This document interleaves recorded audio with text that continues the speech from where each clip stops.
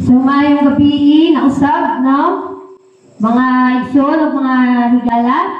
So, ano nasabta sa atong pagtuon nining matahong nga kagabion. So, kagabi atong natunan mahitungod sa kung unsa gikinahanglan natong mga makasasala si Kristo kay siya man ang atong manluluwas. Siya man ang ginatawag nga si Kristo mao ang grasya nga gihatag sa Ginoo kanato aron kita maluwas siya tungod kay siya man ang anak sa Dios. So karon nga takna atong pagahisgutan na usab nga once ang usa ka makasasala kita nga makasasala nailhanan nato ang atong manluluwas nga si Kristo ato na sa ma-realize nga kung unsa gyud ta ka makasasala kay kung once nga nakailan ta sa atong manluluwas dito naman nato mailhan nga o maangko na nato nga makasala gyud ta o makasasala gyud ta ug nanginahanglan gyud ta sa gahom og grasya ni Kristo. So once na nahibalo na ta nga kita mo uy makasasala, moabot na ta sa punto paghinulsol ug pag-angkon sa nahimong sala. So nganong gikinahanglan man gyud nga mahibaw-an nato nga nganong gikinahanglan sa tawo nga maghinulsol kung unsa man gyud kini sala. So, ang pangutana mo, unsa ang sala. So, kung ato basahon sa unang Juan 3:4, ang tanang nagabuhat sa sala, nagabuhat sa pagka-masupilon usab, kay ang sala, mao ang pagka-masupilon. So, ang sala day mga higala, mga igsoon, is mao di ay kanibitang magsupakta o masupakta sa kabalo kita nga mao di ini o kini balaod o halimbawa diri sa barangay dunay balaod, kunya isupak ka, nakasala ka. Kung mahimo, mapriso ka, tungod kay nakasala ka. Busa atin yun nga mahibawan, unsa ang sala, aron kalingkayan nato kini, o pinaagi kang Kristo, makabaton kitag paglaom, no?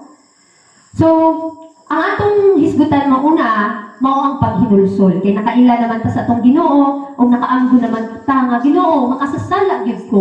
Tabangi ko nga makita ang akong kaugalingon nga hugaw sa imong atubangan ug makahatag o hatagi ko grasya mapaghinulsol tungod kay grasya ni sa Ginoo nga maghinulsol ta sa atong mga sala. So matod pa sa Buhat 3:19, busa managhinulsol kamo ug managbalik kamo aron pagapalaon ang inyong mga sala. So, uni ang panawagan. Gitawag kita sa Ginoo nga maghinulsol ta ug mubalik ta. Di ba kabalota nung mga nakalabay nga kagabion, ang sala mao ang nagbulag gikan sa gikan sa Ginoo ug sa tawo. Mo'y murag ni separate bitaw ang mo'y hinungdan nga ni separate ang tawo sa Ginoo. Mao nga kinahanglan ilhon nato ang sala nga sala gyud na ug maghinulsol kita sa atubangan sa Ginoo. Kay sa ingon ni ana moabot ang mga panahon sa kahamongaya gikan sa atubangan sa Ginoo. Sunod makita sa Ezekiel 18:21, apan kung ang dautan, no, kita nga mga makasasala motalikod gikan sa tanan niyang mga sala nga iyang nahimo ug magabantay sa akong tanan nga kabalauran ug magabuhat ni anang nahasubay sa balaod ug mataro siya sa pagkamatuod mabuhi siya dili mamatay. So kung kita nga mga tao dako kita nga makasasala, no? O ato nang nailhan si Kristo nga atong personal nga manluluwas nga siya lamang ang bugtong nga makatangtang makapasaylo sa atong mga sala. Kita iyang pagadawaton kung atong talikdan ang atong mga naandan nga dakutan nga mga binuhatan. Kay gusto sa Ginoo dili lang kay gusto siya nga dili lang kay mailhan nato nga makasasala ta, kun dili ilhon nato siya nga atong personal nga manluluwas ug once nga ato na siyang nailhan, ato nang talikdan ang dautan, no? Ug mukupot kita sa maayo. O sa man kining mga lakang paingon sa paghinulsol. So ato kining usa-usahon mga higala, no? Ang una ang pag-ila sa sala. So hibawan sa kung unsa ang sala. Nailhan na nato kung once na mailhan na sa usa ka makasasala, kung unsa kadautan ang sala sa atubangan sa Ginoo. Ingon diha, kung umingon kita nga kita walay sala, gilimbungan nato ang atong kaugalingon ug walay kamatuoran dinhi kanato. So daghang mga tao nga nag-ingon nga matarong nako, maluwas nako, di na ko kinahanglan ng grasya, di na ko kinahanglan mga maayong buhat tungod kay luwas nako. Murag nagsalig na bitaw sila kaugalingon nga luwas na sila, nga dili na sila makasala. So tungod kay kita lagi tao, doon na kumantay human nature. Doon naman kita tayo nga matintal bitaw, matay sa mga butang ng kalibutanan. Mo nga gingon diha, kung kita nag-angkon nga balaan na, matarong na sa atubangan sa Ginoo, kita bakaon. Mo kinahanglan gid ilon nato ang atong kaugalingon nga makasasala aron nga dawaton nato si Kristo nga mao'y magawagtang sa tanang mga sala nato. Kung igasugid nato ang atong mga sala, matinumanon ug matarong siya aron pasayloon kita niya sa atong mga sala ug pagahinduan kita niya gikan sa tanang kadautan. Kung moingon kita nga wala kita makasala, siya gibuhat nato nga bakakon ug ang iyang pulong wala dinhi kanato. So timanan nato nga kung once na ilhan nato ang sala, kung unsa ni kadautan sa tubangan sa Ginoo, iato kining isugid sa Ginoo, dayag man kining utago, makita gyud ni sa Ginoo. Bisag mangawat atong ginikanan o ginagmay nga mga sinsiyo, kung once nakawat na, sala gihapon na. So, ingon din nga igasugid nato ang atong mga sala. Sunod, makita sa Salmo 32:5, giilak ko ang akong sala, nganha kanimo, ug wala kung tagui ang akong kasalanan. So, dili na to i-hide, di na to itago ang atong sala. Kay gayag man tiniutago, makita yun sa Ginoo, no? Miingon ako, igasugid ko kang Jehova ang akong mga kalapasan, ug imong gipasaylo ang pagkadautan sa akong sala. So, di kinahanglan yun ang paghinulsol, ang pagsugid, kung unsa kita ka makasasala, kay ang Ginoo antang ra jud nga mudawat nato. Kay tungod nahibalo siya sa atong mga kaluyahon ug nagaingon pa nga diba nga siya ang atong kusog ug kalig-on. Sunod, kasubok tungod sa sala. Kung once lang tao nakailangan unsa gyud ko ka makasasala sa tubangan sa Ginoo. Diba doon naman tay sa atong kasing-kasing doon na tay kasubok. Nga naman yung nabuhat ko na ako, nga naningkamot man yung ko nga dili na gyud makasala. Pero siyempre, doon na mamanggit tayo human nature nga matayang pamanggit ka, bisan gani sa mga pagkaon nga ginadili. Kung ato nang isulod sa atong lawas, dili man tatag-iya sa atong lawas, unya magkasakit ta, makasala gyapon ta na. Mga ingon diri kasubo tungod sa sala. So, unsa man kini kasubo tungod sa sala? So, sa 2 Corintios 7:10, kay ang Dios nung pagkasubo, naggabunga o paghinulsol ngadto sa kaluwasan, nga dili pagabasulan. Apan ang kasubo nga iya sa kalibutan, nagapamunga og kamatayon. Unsa man kining duha ka matang sa pagkasubo? So, mauna ta diri Dios nung nga pagkasubo. Ang kining Dios nung nga pagkasubo mga higala, nahibalo kita nga makasasala ta. Nianha ta o niadto ta sa atubangan sa Ginoo, naghinulsol kita. Ug once nga tinuod kita nga nagsubo tungod sa atong mga sala, atong talikdan ang atong sala ug mubalik ta sa sabakan sa Ginoo ug iya kita nga luwason. Mo kini kinatawag og nagabunga og paghinulsol. Unsa man kining kalibutanon nga pagkasubo o kaning ginatawag kasubo nga iya sa kalibutan. Kung talaga bitaw nagsubo ka lang tungod kay nakita sa mga tao na nakasala ka, halimbawa ka nang napriso ka, tungod kay dayag kaayo sa publiko nga nangawat ka, nakapatay ka.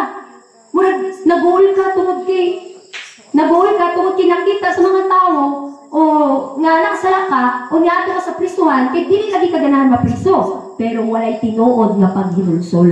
Mao na ang kasubo sa kalibutan. Unsa di ay nagapamunga og kamatayon, no? Dili gyud taan ang kasubo sa kalibutan mga higala kay tungod kay nagsubo lang ta tungod kay mapriso ta. Pero pag abot sa panahon kung hatagan ta sentensya nga makagawas ta sa prisuhan, mao man gihapon ang buhaton tungod kay walay tinuod nga paghinulsol sa kasing-kasing. Mga gusto sa Ginoo, aduna tay Dios nun nga pagkasubo sa sala. O pinagi ni ana sa atong pag-ila kang Kristo nga atong personal nga manluluwas. Sunod is ingon diha, bisan pangani karon nagaingon si Jehova, bumalik kamo kanako uban ang bug-os ninyong kasing-kasing ug uban ang pagpuasa, ug uban ang paghila, ug uban ang pagbalata, ug gisiun ninyo ang inyong mga kasing-kasing, ug dili ang inyong mga sapot. Ug bumalik kamo kang Jehova nga inyong Dios, kay siya na puno sa grasya ug maluluyon, mahinay sa kasuko ug madagayaon sa mahigugmaong kalulot ug nakapabasol kaniya sa dautan.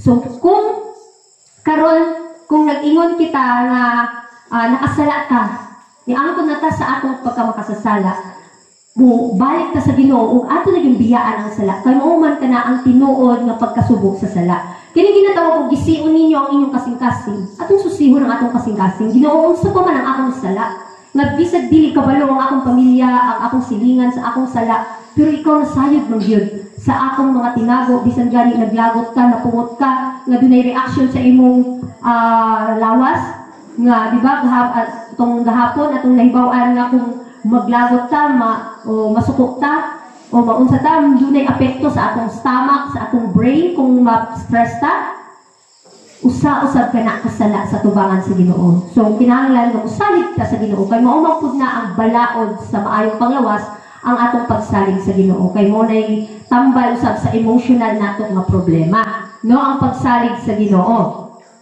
Muna gitawag gisulti diri, bumalik kamo kang Jehova nga inyong Dios. Sunod, pag-angkon sa nahimong sala, o ginatawag og confession. Nganong gikinahanglan mo gyud nato nga atong angkono ng atong nahimong sala. Kabalo gyud ang Ginoo, kung saan gyud ang atong sala. Tinago man kini udayag, pero gusto sa Ginoo nga atong angkono ng atong sala. Halimbawa, kung makasala ta sa atong silingan, makasala ta sa atong isikatawo. Muadto ta sa atong isikatawo, kay dito man ta nakasala niya. Isugid nato nga igsuon, nakapangawat ra ko nimo og kanang tanong mo, di ko kapanangid nimo, pasayloan di ko, ana. Sa atubangan sa Ginoo, bisan nakakita ang Ginoo nato, nga nakasala kita sa ginagmay butang, gikinahanglan sab sa pag-angkon. Asa man ta moduol? Sa Ginoo, kay sa iya man ta nakasala. No, walay tinago sa iyang atubangan. Ingon sa Santiago 5, busa magsinugiray ang usa ug usa, kaninyo sa inyong mga sala ug mag-ampo ang usala alang sa usa aron mga ayo kamo. Ang pagpangamuyo sa usa ka tawo mataro dako ug kahimuan sa magbuhat niini. So nakakita ang Ginoo sa atong mga binuhatan, matarong man kini udaotan. Dunay duha ka karakter ang tawo mga igsuon, pero dili kay, di ba ang kita nga tao doon naman jud tay part nga may doon na tay part sa atong kaluyahon, no? Nga doon na tayo kaluyahon, doon na tayo kaligon. Mo nga, gingon diri magsinugiray ang usa-usa kaninyo sa inyong mga sala. Kung unsa man ang nasadaan ko sa imong kanimo, o sa imong nasadaan ako, magsinugiray kita. O sa atong pagsaysay sa atong health lecture gabi, ang pagpasaylo ang pagpasaylo balaanon gyud, no? Kay mao man gyud na ang kanang makapawagtang sa tanang balatian sa atong emotional nga kahimtang. Dili ta magtanong og kasuko sa atong isig katawo tungod kay usasab kini kasala sa atubangan sa Ginoo. Mao nga ang pagpangamuyong sa usa ka tawo mataro, kung nanikamot kita o nailhan nato atong kaugalingon nga makasasala, o nanikamot kita nga mubuhat sa maayo, mutabang sa atong isig katawo o sa tanang maayo, kabalo na taon sa maayo dautan, mubuhat kita mataro ug likayan nato ang dautan, dako kini og kahimuan, daghan grasya nga moabot sa imong panimalay. Kung puno kay ka sa mga maayong binuhatan sa imong isig katawo ug sa atubangan sa Ginoo. Ingon sa Daniel 9, ug ako nagampo kang Jehova nga akong Dios, ug nanugid kaniya og miingon, o Ginoo, ang dako ug makahadlok nga Dios, nga nagatuman sa tugon ug mahigugmaong kalulot kanila nga nahagugma kaniya ug kanila nga nagabantay sa iyang mga sugo. Nahibalo kita nga dunay duha kamatang sa sugo. Sugo sa atong physical nga lawas, katong atong gitun-an, katong God's plan, no, kanay balaod sa maayong pangyawas, ug sugo usab sa Ginoo nga makita sa Exodo 20 nga mao karon ang ipatuman sa Ginoo. Kita nga tao sa atong kaugalingon dili nakatuman sa sugo sa Ginoo, sa atong kaugalingon kay kung napamagyud tay kaluyahon. Nalingkamot ta nga dili masuko, maglagot pa maghihapon ka. Apan kining mga kaluyahon nato, doon naman tayo tagsa-tagsa nga kaluyahon, ato yun kining iampo sa Ginoo nga mawagtang kining atong mga kaluyahon. Kay before mo balik ang Ginoo diri sa kalibutan, iya kita nga limpyuhon. Ang atong kasing-kasing iyang balaanon kay unsan mugula sa atong bakba, mauman kana ang naa sa atong kasing-kasing.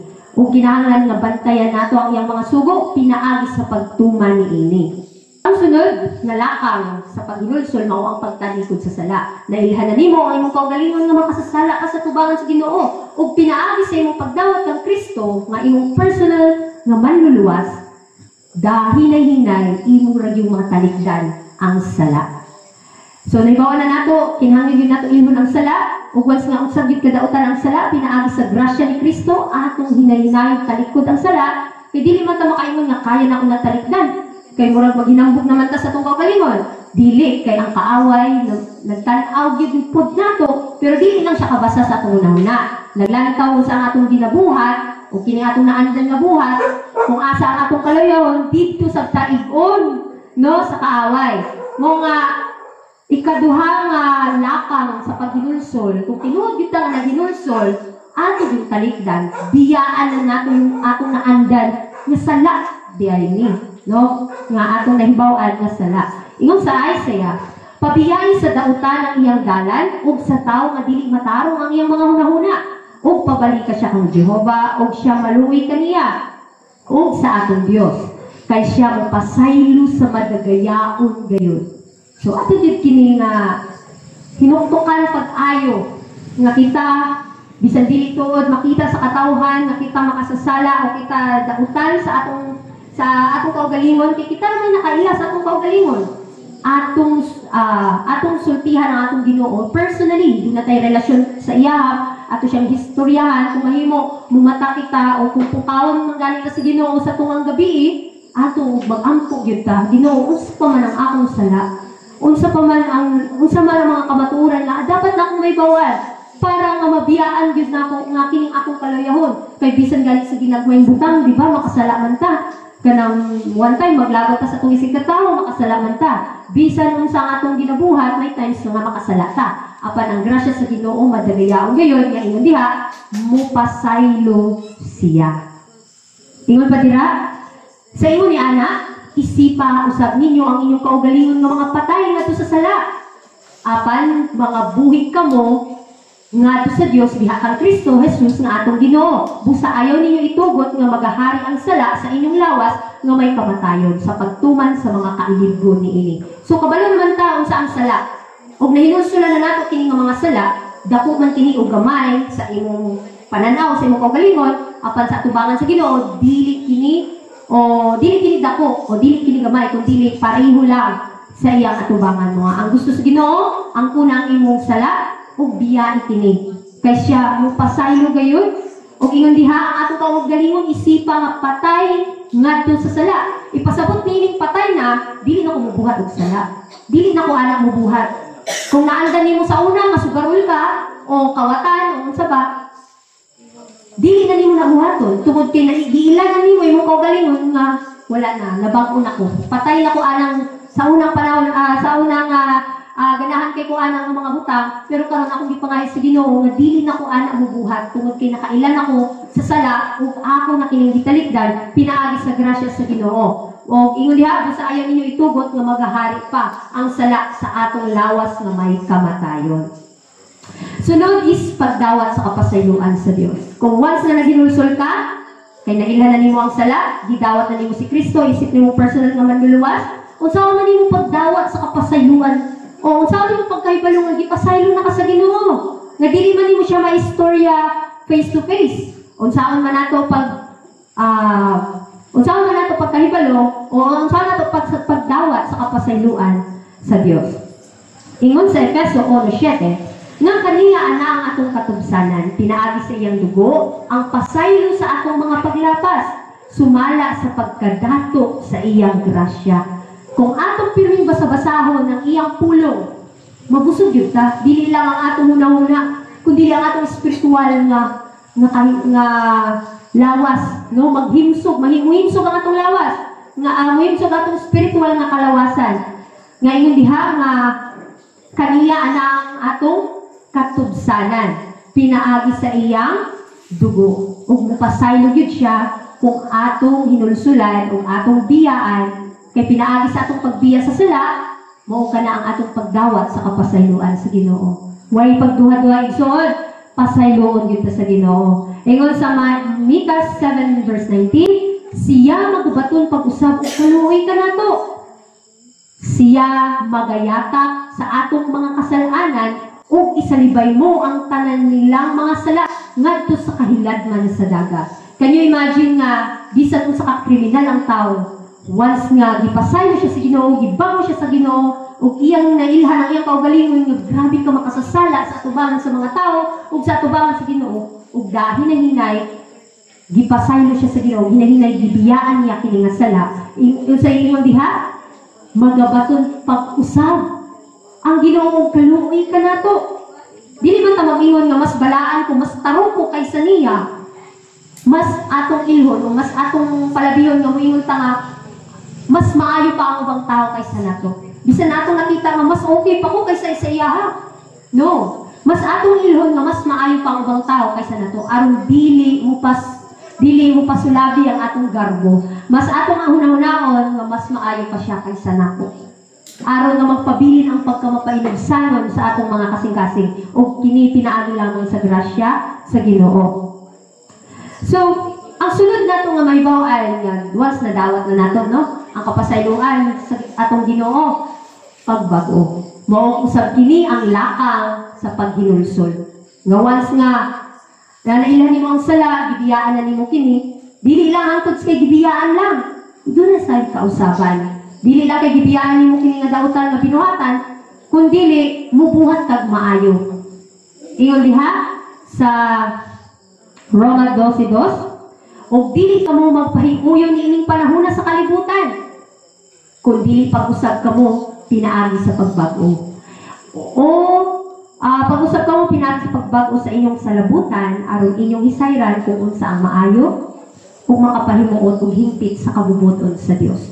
Nasayot ka mga higala, mga igsoon nga kita nabuhi ta tungod sa grasya sa Ginoo. Gitagaan kita gininhawa, mabuhi sa adlaw-adlaw, makalangap tag preskong hangin, makatagam tag sikat ng araw, ug pinaagi niini nabuhi ta pinaagi sa hinaot nga mabuhi sa ta o magkinabuhi usab ta sa himaya sa Ginoo. Mubuhat kita unsa ang nahiuyon sa iyang kabubuton nga kung mubuhat man tag maayo, mausab kini o usaw sa kini kamata nga ang Ginoo nahimuot kanato, no? Ug magdugang ang grasya sa atong panimalay kung magpadayon ti kagbuhat sa maayo. Ingon po diha na busa kung bisan kinsa ang anak ang Kristo, bago siya nga binuhat ang mga buta nga daan na nagpangagina, aniya karon sila nagabago. Mabago gyud ang tao kung mailhan niya si Kristo personally. Mga ato yung ilhon, dili lang kay tigsimbata, kundi ilhon nato kinsa ang atong gisimbahan, kinsa ang atong gialagaran sa matag adlaw, kinsa ang naghatag natong kinabuhi ug kusog sa matag adlaw. Ato ba siyang nahimaya sa matag adlaw? Kung unsa man ang atong mga tinuan, unsa man ang atong relihiyon, ang labing hinungdanon ang atong relasyon sa atong Ginoo kung unsa ang kung unsa siya pinasayloon sa kanato. Sunod nga matang o lakang sa paghinulsol, mao ang personal o pribadong kinaiya sa pag-angkon sa sala. Wa man mahibalo ang mga tao sa imong sala sa tubangan sa Ginoo, ikaw lang nasayod. Mao nga atog yung personalon ang Ginoo, Lord, Ginoo tabangi ko. Ilha ko, susiya nga akong kasing-kasing kung unsa gid ko ka makasasala sa imong tubangan. Aron nga mahibawan ako kini, marikon sa una-una ug ako kining isugid nga kanimo. Ingon sa Matthew 6, apan ikaw, kung ikaw mag-ampo, sumulod ka sa imong lawa, ug sa natakupan ang imong pultahan, mag-ampo ka sa imong amahan nga anaa sa tago, ug ang imong amahan nga nagatanaw sa tago, magatumbas kanimo sa dayag. No? Sa atong mga personal nga commitment sa Ginoo, atong mga personal devotion, personal nga pag-ampo at tugid sa tago. Dili kay makita lahi man tong pag-ampo nga sa kadaghanan. Kinahanglan dili gyud tay pag-ampo, dili gyud nato kalimtan ang pag-ampo sa tago. Nga tali ikaw lamang ug ang Ginoo ang nasayod. Kay siya lamang naman ang maghatag nato og kalinaw sa atong nahuna ug siya naman ang atong comfort nato kung panahon nga kita mag-uol. Ginoo, nag-uol ko ni tibok adlaw. Ginoo, na-stress kay ko, naglabot ko sa akong mga anak, naglabot ko sa akong anak. Sa akong asa ka naglabot, isugid na sa Ginoo. No? O kung sa man naghungot sa imong dughan, tungod kinawalan ka sa mahal sa kinabuhi, isugid na sa Ginoo aron nga i-comfort ka. Kaya nasayta nga si Kristo ang atong maghuhupay, no?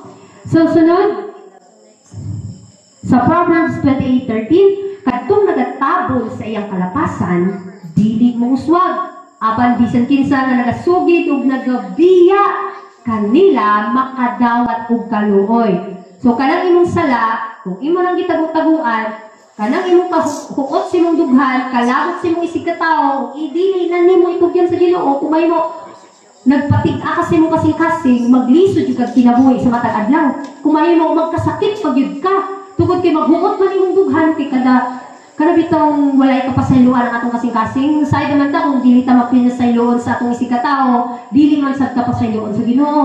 So, kawang lang atong pagkinabuhi, kung dili ta mapinasayloon. Mga ato nga isugid sa Ginoo ang atong sala. Kung mahiyong ihilak na to sa Ginoo sa ayang atubangan, kay doon naman gibutang nga abili mo nga, imo nang na-overcome o imo nang napanagumpayan yung imong kaluyahon, pero wala pa man yun.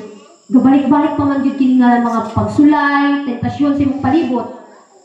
Apan sa igingon tiri, isugid. Bisan kinsa nga nagasugid og nagabiya kanila, makadawat og kaluoy. Kitang tanan giluwas pinaagi sa gugma grasya og kaluoy sa Ginoo. Mo nga kinahanglan nga atong dawaton kini nga saad nga iya gid kita niyang luwason. O hinaot nga nining matahog nga kagabion atong hinuklugan, atong hinuktukan pag-ayo kung unsa kita kung makasasala sa atubangan sa Ginoo. Atong pamalandungon kung unsa ka himahimong kamahimungdanon ang paghinulsol o pag-angkon sa nahimong sala o unsa kadautan ang sala sa atubangan sa Ginoo. Ug mauraman lamang to ni matawag nga gabion ug maayong gabi kanatong tanan.